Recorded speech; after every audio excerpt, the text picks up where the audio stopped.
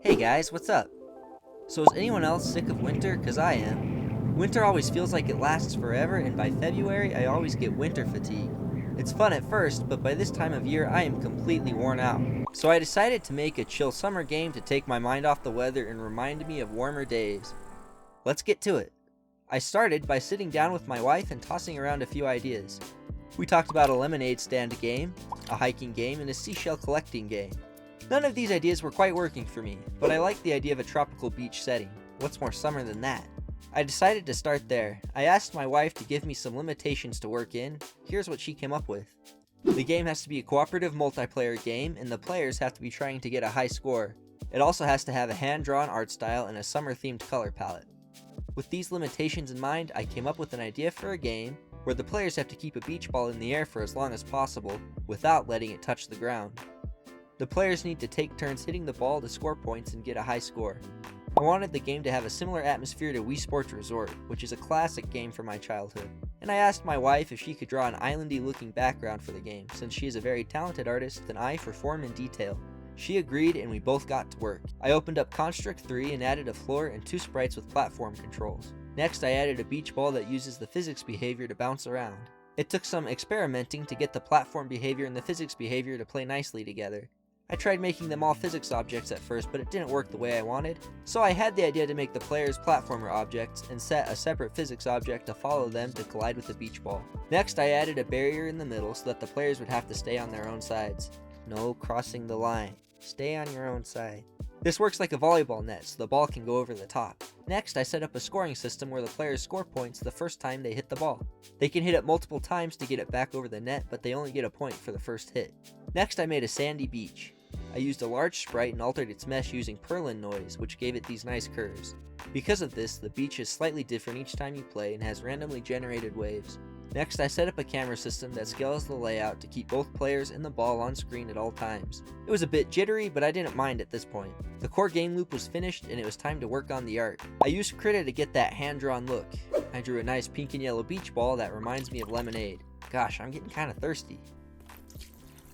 Then I drew the players. My wife had the idea to make them palm trees, which I thought was cool. I gave them cute little swimming suits since they're having a nice day at the beach. Maybe they'll have a picnic later. I drew a volleyball net for the middle of the screen, and I drew these craggy cliffs for the sides. My wife was still working on the background art, so that wasn't ready yet. Back in the game, I added all of these assets and put together a simple menu/title screen and came up with a name for the game. Palm Tree Volleyball. It's a little on the nose, but it's okay.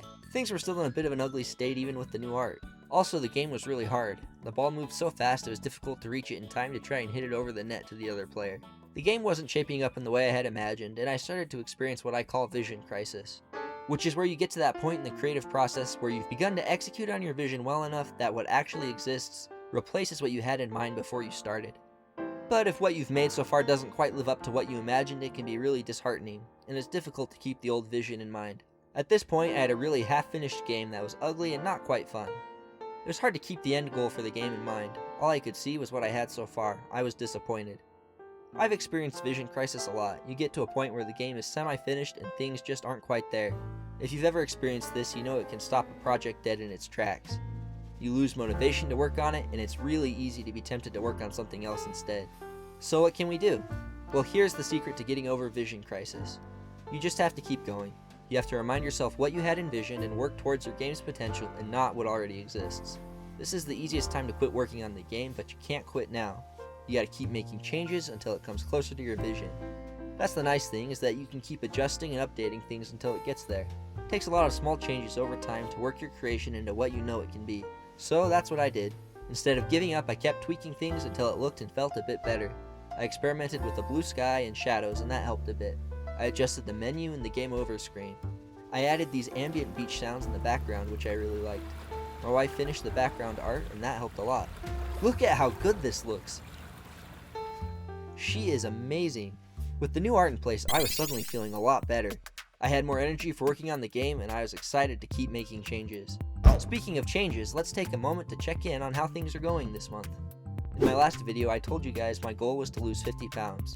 In pursuit of that goal, I have been sticking to a strict diet since the start of the new year. I also get lots of exercise. At work, I usually get in over 20,000 steps a day. So far, I've managed to lose about 16 pounds, and I am on track to keep going. I've also been thinking about starting weight training. but I really don't know what I'm doing, so if you have any advice on getting started with that, let me know in the comments. And if you want to follow along on my journey and see more cool projects like this one, you could always subscribe to my channel. As I got over my vision crisis, I began making the changes necessary to get the game finished. For the game's music, I wanted it to be really chill, and the chillest game I know of is Animal Crossing. So I watched this tutorial on how to make music like Animal Crossing and made this song that has a bit of a tropical flair.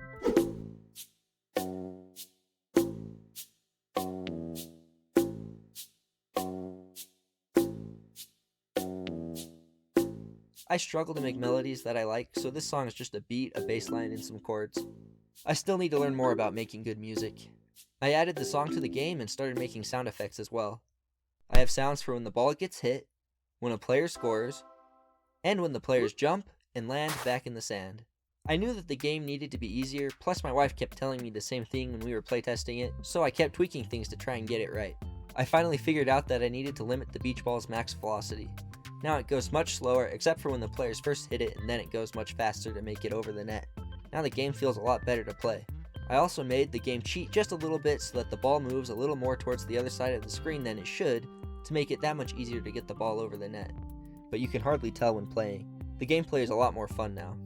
Next, I started juicing the game up by adding in particle effects, light rays, and I gave the players a little squash and stretch when jumping, which helps bring them to life more.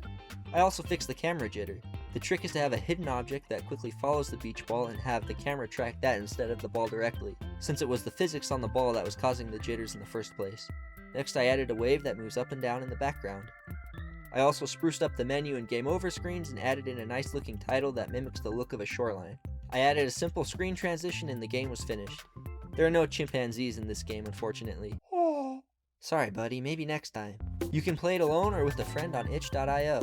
I'm pretty proud of this game and the process it took to make it. I think it really captures that summer vibe and it helped me get over some of my winter doldrums. I can hardly wait for summer. I live in a landlocked state, so all of the good beaches are far away, but maybe we'll take a trip this summer to visit a nice beach. The last beach I went to was on the Puget Sound and the water was freezing, so maybe somewhere a little warmer. And that's it. I'm gonna keep learning and keep creating, so keep your eyes open for more videos to come. Thanks for watching.